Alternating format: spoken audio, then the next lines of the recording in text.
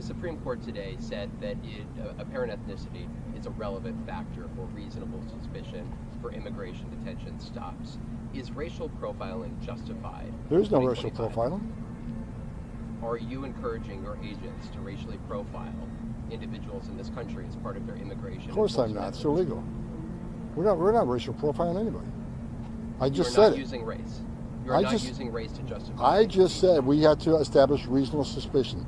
That's the legal framework. So can you clarify what that looks like? There's a myriad of factors. For instance, they say, well, ICE officers jumping out of vans in Home Depot.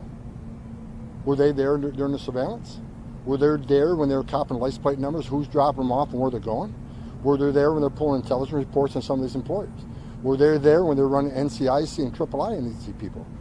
Were they there when they're listening to wires? Were they there during any investigation? No, but they seen the culmination of this. They said, well, where's the reasonable suspicion? I trust the professionals of the Border Patrol and ICE, all very well trained, to make sure they establish reasonable suspicion to briefly detain and question somebody, and the Supreme Court agreed with me. We'll continue doing the operations the way we've been doing them. I mean, I said from day one, I think the ICE officers, Border Patrol agents, are doing the right thing. Do you know ICE officers every 6 months get Fourth Amendment refresher training? Every 6 months, so they know the law around Fourth Amendment. Who can they arrest? Where they need to arrest? Where they need to seize? Where they need to detain for questioning?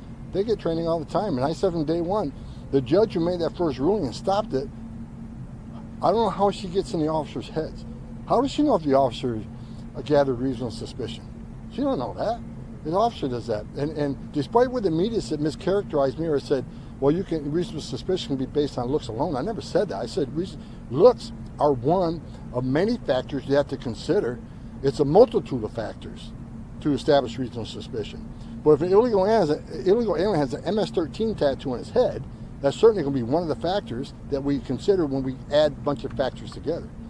It's a culmination of factors, not one factor, different factors.